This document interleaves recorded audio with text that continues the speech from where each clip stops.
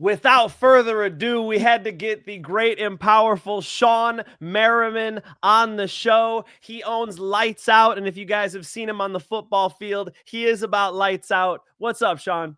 What's up, brother? How you doing, man? I'm good. I told you I wasn't the biggest football fan, so I had to go look at the highlights. You really do try to put people's lights out there. I mean, you're really about it. And then I got to meet Shawne in person. I see why they go out. I understand. You're not a normal sized human being. I've heard the story that was it high school? You knocked 4 people out, and that's how you got the Lights Out name? Yeah, man. My sophomore year in high school. I knocked out 4 kids in one game, and now everything goes viral on social media, so it's much easier to get stuff out there. I mean, I look at some of these videos I post, hundreds of thousands, if not millions of views sometimes, and I'm like, dude, listen, one of those hits back when I was playing, this whole country would have knew who Lights Out was at 16 years old. Something would have But went viral. it was a blessing because it forced it. It was almost like it was a folktale, right? It was a folktale that just kind of grew.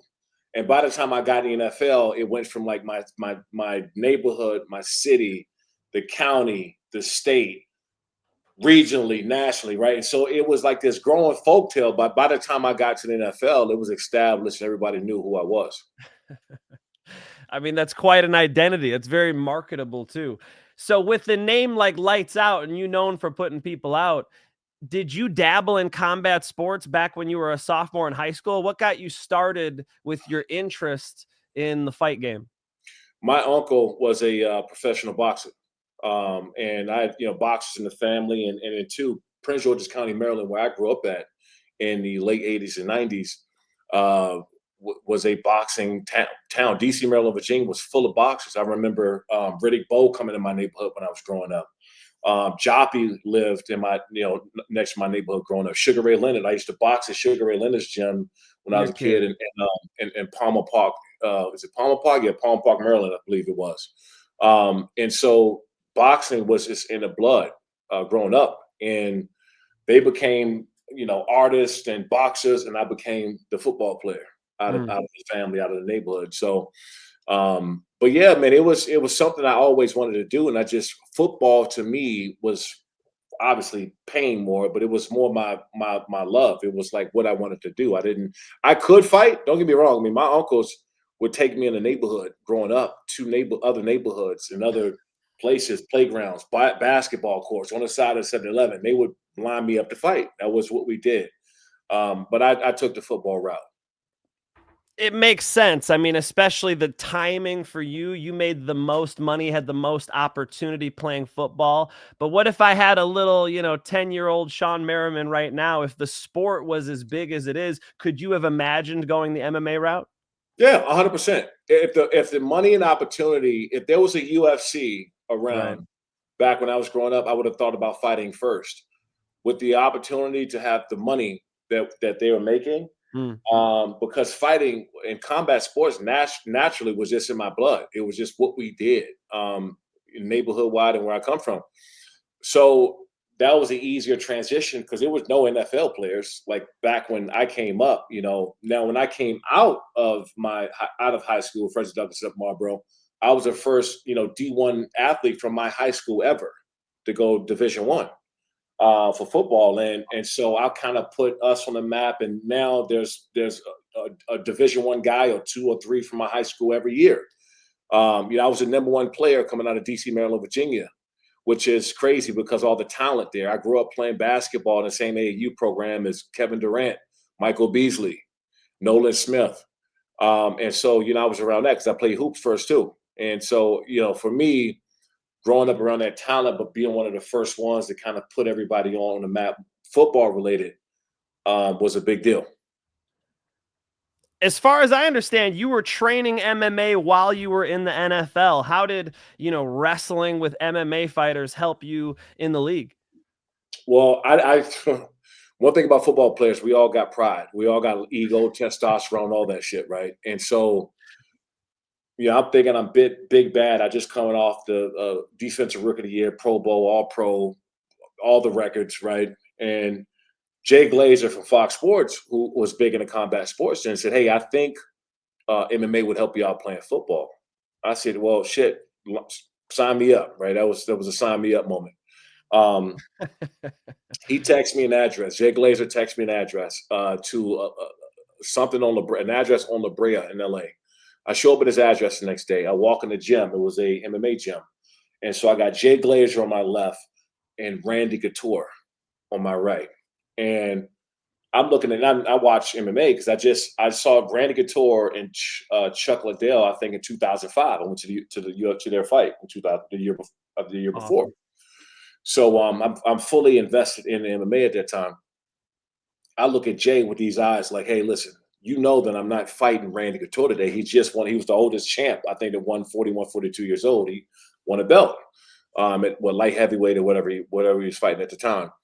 He said, no, we're going to help you out with your hands and pummeling and working on your cardio and being able to open your hips and different movements. I said, okay. I had a big sign of relief, right? Because I'm like, okay, no, I'm not doing this. But my pride, I'm a football player. I'm in the NFL. I'm lights out, right? I'm going to the gym. And 15 to 20 minutes in that workout, Randy Couture, I was gassed, completely gassed. And so, I mean, and one thing I learned is his ability, Randy Couture's ability to kind of use my body and sway and leverage and just throwing me around. And I got him by 50 pounds. I know I'm stronger than he is. I know I'm more athletic than he is. But for some reason, I couldn't do anything with him. He was just tossing me around. And so that hurt my pride. It hurt my ego. I left out the gym that day feeling completely defeated. I text Randy Couture when I left, not even before I got back on the road. I said, "What time are you training tomorrow?" Hey. And he gave me the time. So I went back. I drove back down to San Diego. I did my off-season workouts with the team. I drove back to LA to go get back with Randy Couture because I just Hell felt yeah. defeated. But this is the discipline of the sport, man. It's like it's a humbling. I don't care who you are or whatever walk of life you come from. This is a sport that can humble you, and I realized that, but created discipline out of it, and I just fell in love to it. So I started training with him and Chuck Liddell, Tito Ortiz. I was in the gym with when Tyrone Woodley was just coming on in the mid 2000s. I was around all these guys. So I've been around, and when you're around these guys, you meet the managers, you meet the gym coaches. You know what gyms got what beef with what gym. It's just I'm fully invested in the sport by the mid 2000s. So I've been part of this thing growing for the last 20 years. Yeah, and Randy Couture's got a gym there in Vegas, so that checks out. And Randy Couture's been a giant killer. I mean, after that Chuck Liddell fight, he ends up going up 46 years old, winning the heavyweight title against Tim Sylvia, who's 6'8". So you had quite a matchup there. And Randy Couture, he knows how to deal with the big boys. Maybe not as athletic as you, but that's awesome to hear. And you told me you're still going over to Extreme Couture. Shawne tells me, I'm like, hey, what are you up to today or whatever? He goes, yeah, I'm sparring with Sean Strickland and Johnny Walker. I'm like, Shawne, I could not think of two crazier guys to spar with. So how's your health? How's everything going? Good. I feel great. This is the best I've ever felt in my life, actually. And look, I still, even though I got all this other stuff, and we'll get more into the business things later, but I still train like an athlete. I still take care of my body like an athlete. It's the only thing I know. It's the only thing I've ever done. But yeah, Johnny Walker had a fight. What was it, about a month and a half ago? And so I came in there, got some work in with him for a couple of days. And yeah, man, it's I still like to go, but again, I one thing I don't do is I'm in there for them to get work. You get what I mean? And I'm smart when it comes to that because we have to press when it's time to press, but back off when it's time to back off. I don't believe in training hard enough to get guys injured. It doesn't do anybody any justice. So I've been doing it long enough where I can go in there and give guys good work. I'm 265 pounds, man, and I can move. So if you got another heavyweight in there, they're gonna work. They gotta work. But it's good. It's good for me, man. I get a chance to go in and compete. For one, I still love being around the guys too. I miss the locker room as a former athlete, but it's great, man. It's just to be able to get in there and throw down with those guys here and there. That's awesome. And yeah, you just seem so cut out for the sport. Such an athlete, such a big dude. The UFC's only had a couple athletes where they max out the 265, but they move like freaks. Brock Lesnar was one, of course, where he just moves like a middleweight, but he weighs in at 265. You're another one of those guys where you move like a lighter guy and you're gigantic. I'm sure that helps them when they're in there with any other human being. They can't feel as much of a freak as you. Awesome, Shawne. Keep training, and thank you for not injuring Johnny Walker. It's part about being a good training partner and getting people ready. I've done some of that myself, not for the heavies though. Lights Out 27. That was my first show with you guys. So Shawne, I should first say thank you so much for having me on the team. I was able to do social media for you guys at Lights Out 27. I want to keep doing it in the future. Lights Out 27 was an incredible show. We're going to post today sort of you prepping for it and getting ready backstage. Give me your post-mortem on Lights Out 27.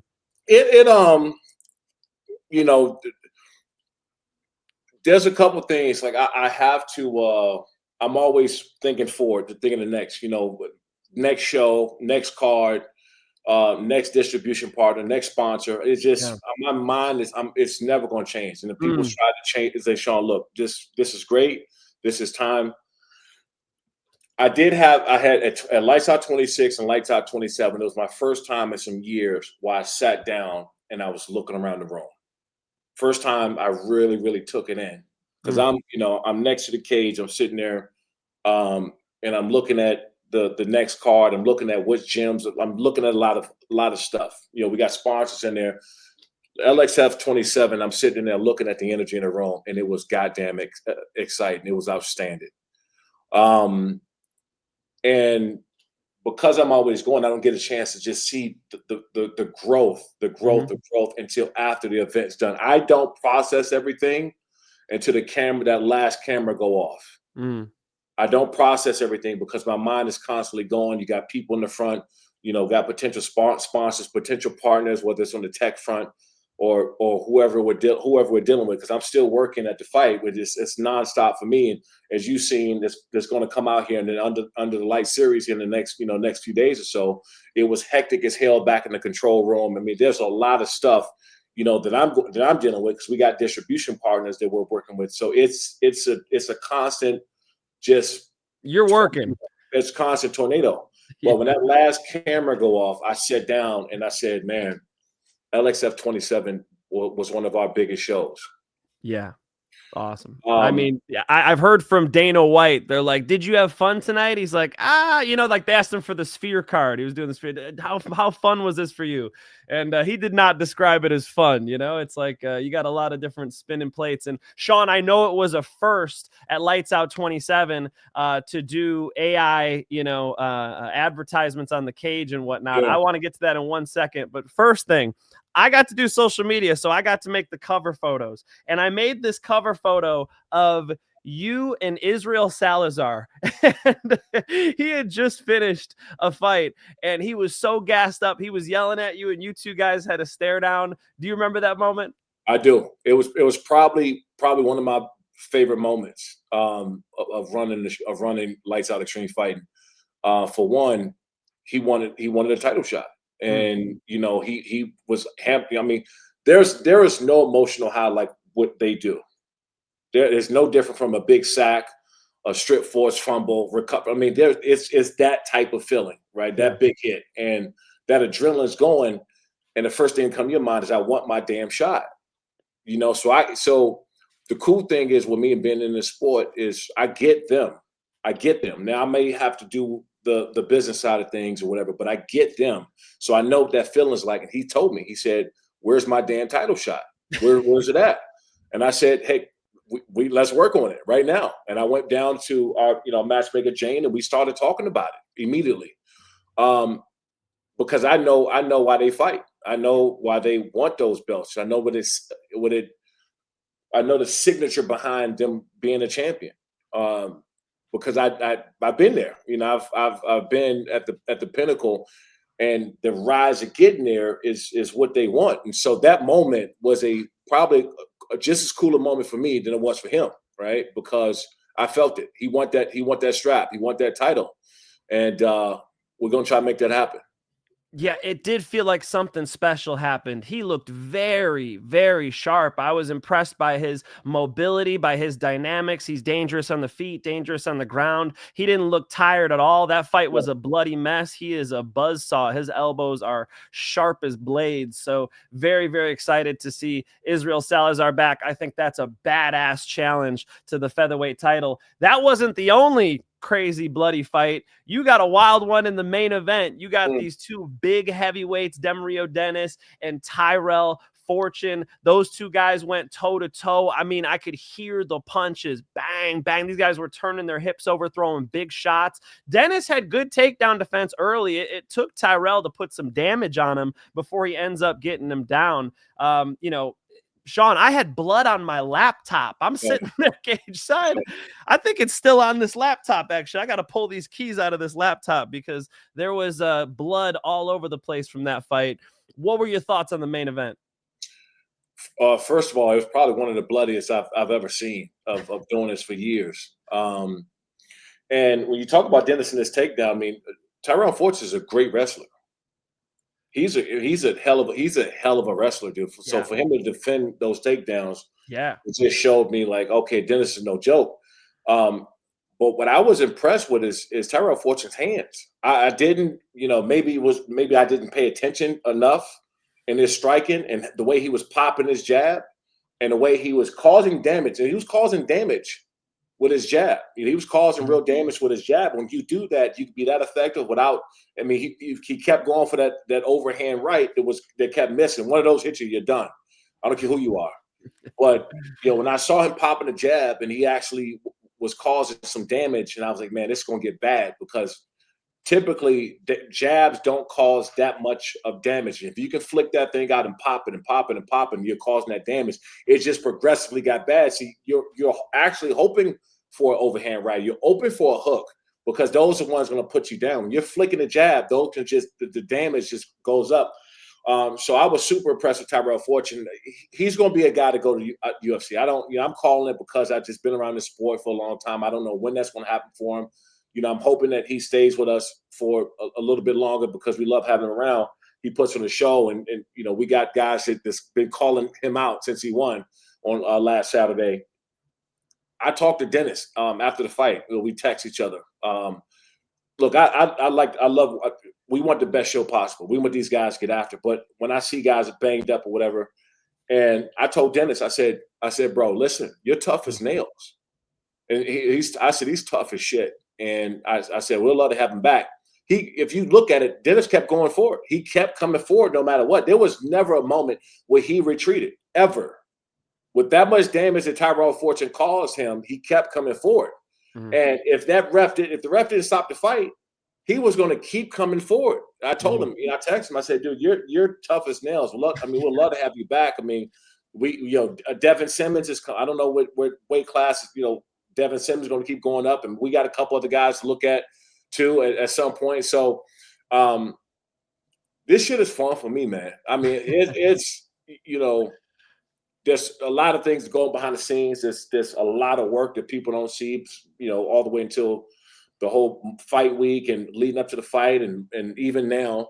But I wouldn't do anything else. I wouldn't do nothing else. It's just, I love what we got going on Lights Out Extreme Fight. And I think that the way we're growing organically, we're not trying to compete with anybody. We got our own thing going with these tech verticals and platforms. We're going to announce more distribution partners here in the next 30 days. It's going to blow everybody away.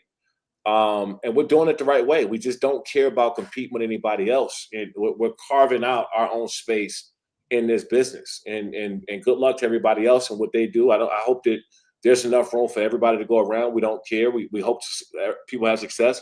But we're at this pace that we're growing and what we're doing over here right now, it won't be long before we're looked at as one of the premium organizations. I can absolutely say that since the day I started, which was this month, I could see that you are not interested in copying or following. You're interested in trailblazing. You are interested in adding something to the sport, to doing something different, to promoting these fighters. I mean, even the way you just said that before, like, hey, Tyrell Fortune was great. He's one of the best heavyweights in the world. He's probably going to the UFC next. It's like you're not trying to stop him from becoming a millionaire in the UFC right now. You see that he could go, try to challenge for that title in the UFC. So you're perfectly happy to see him go do that. That's awesome. At Lights Out 27, it was the first time ever, as far as I know, in combat sports, definitely in MMA, where there was AI virtual advertisement during the live broadcast. So while people were watching live, you were able to change in and out sponsors on the mat, and it was really, really special. Obviously, a lot for you to deal with on fight night. When did you decide to team up with PTF Lab to do this, and why? Yeah, when I first launched Lights Out Extreme Fight, and I'll just kind of get to the business front here. When we first launched, I was bringing in sponsors. We first launched on Fox Sports Western Prime Ticket. I negotiated that deal and that partnership with Fox Sports on the regional front, and I was bringing in sponsors. And so, one thing about combat sports alone, there's a certain type of sponsor that has the appetite to want to be in this seat of rise. I mean, everybody should love it. It's a global sport, right? And it's only growing. But it's hard and difficult situations where, as we're growing and we got these distributions, it can get expensive. Me being on the business side of things, I said, how do we get small business or small businesses that want to work with Lights Out Extreme Fighting or want to work with any organization to basically come on as a sponsor or a partner, but they don't have the money to come on. And so we started to create this sponsorship with PTF. The partnership with them was perfect because they had the technology and the solution, and I had some ideas on how to do it. So it was perfect. And these guys, I mean, will be lifetime, partners of mine because we got so many ideas that's coming. So now, as you've seen, these sponsors are, in a sense, they're not buying the entire fight when they're on the mat. They're buying time. They're buying fights, individual fights. So sponsors are now able to come in for 2 fights, 3 fights, 4 fights at a way smaller cost, right? And so for us, that's groundbreaking, where nobody's been able to do anything like that. And then we're going to open it up to the combat sports organizations. We're going to 100%. We're going to open it up. I think that this MMA, needs to be around. There needs to be more regional promotions that's doing well. More fight, because if that's doing well, fighters can have more opportunity to fight. And we want to be able to lend out that technology and that solution to anybody that we see as good partners to work with. So again, you're right, man. I don't get into anything unless I can change something in it. And as much as I love the sport, I wouldn't be in this business. I would be around it. I'll be, help some fighters out. I'll go train the sport. I'll be around the sport, but I wouldn't be doing what I'm doing right now if I felt like I couldn't change the entire industry. I wouldn't. It just doesn't do anything for me. But I see something that we can go in. We can change the landscape of combat sports with a couple of things that we have coming, including a shot tracker partnership with the chips and the gloves that we'll be ready with in a couple of months. So we have stuff coming that is going to completely change the landscape of combat sports and live sports in general. So it sounds like we can keep looking forward to the AI sponsors, the single fight sponsorships heading forward. 100%. Yeah, that'll be there forever. And then chips in the gloves. I mean, are we talking about data? Because if I'm getting data during the fight, like let's say as a commentator, I mean, the opportunities are endless comparing the speed of a certain shot. Is that what you're talking about? That's exactly what I'm talking about. We announced a partnership with Shot Tracker several months ago. And what people don't know is we've been testing chips, microchips in the gloves for speed, power, punch, and G-force. Data will be live on the screen where Blake and Pablo will be talking about it. Effie and Eduardo as well on the Spanish language side. And there's so many different components to that. It is really crazy this coming with that. And this is Shot Tracker has been a great partner of ours. We tested it several months ago. We got a lot of data from it. So now our next step is to bring it live, where everybody can see the G-force, velocity, speed of the punch, where punches are landing. There'll be two computer vision learning cameras at tops. You see where guys getting hinted at, landed punches. Yeah, I mean, look, what's coming, man. People don't, you can't even fathom what we have on the table and what's coming next. And we will be the leaders in a lot of areas. Yeah, it's fantastic. I mean, I'm like you. I was watching Chuck Liddell and Randy Couture 20 years ago as well. So just incredible to see where the sport's going, and incredible to see you at the forefront of doing new things in the sport. I think it's fantastic. Just really staple of Lights Out as well, which is your baby, I know. All right, so big success. I think the 27 show was a lot of fun. I know people left with, anybody who walked in that cage afterward had blood on the bottom of their shoes. I mean, it was a wild night and everybody had a lot of fun. Looking forward, do we have an idea of what's next? We do. November 1st, we'll be back at Thunder Studios. November 1st. Without trying to promote this fight too hard, this card is bigger than this card coming is bigger than the one we just had. We had some fights that drop out. Jake Babian was. I was impressed by him fighting Saad, and I was actually impressed because he went the distance. And we haven't seen Jake fight for that long. We saw Israel. Devin Simmons, who we didn't talk about a whole lot, but I'll get into him down the road. This November 1st card we got coming. We had a couple fights that drop off that couldn't make it, but we're adding a couple that's going to announce here in a few days, probably a month, a few days. It's yeah. This thing is going to be ridiculous. But November 1st, Long Beach, California, Saturday, November 1st, Lights Out Extreme Fighting 28 is coming to town, and this one is going to be an absolute monster. I'm excited for it, man. The day after Halloween. So before we went live, I'm like, hold up, Shawne. Can we run with the Halloween theme? It sounds like we got the green light. Oh, yeah. That November 1st is going to be scary. It's going to be a spooky damn night. I can tell you that. We got some dogs on this card coming up. I like that. November 1st is going to be scary. All right. Now it makes sense. Now we'll make some good social media content. Man, very, very excited to work with you, work for you, Shawne. I love the vision. I love the trailblazing nature, and Lights Out is really, really special. So just excited to keep on heading forward with you guys. You guys definitely have something special out here in Southern California. So anybody who's in the SoCal area, even if you're not, hey, Shawne comes from Vegas. If you're from Vegas, even come on out. It is a really special show. It'll be in Long Beach on November 1st. I'm correct? That's right. Thunder Studios again. Yep. At Thunder Studios again. Please come check it out. Ticket link will be in the bios of our various social medias. And the great and powerful Shawne Merriman is always there live. Shawne, I really appreciate you taking the time today, man. You got it, my man. Thanks for joining the team too, by the way. Done a great job. Let's go. Onward and upward, folks. Catch us on social media at Lights Out XF.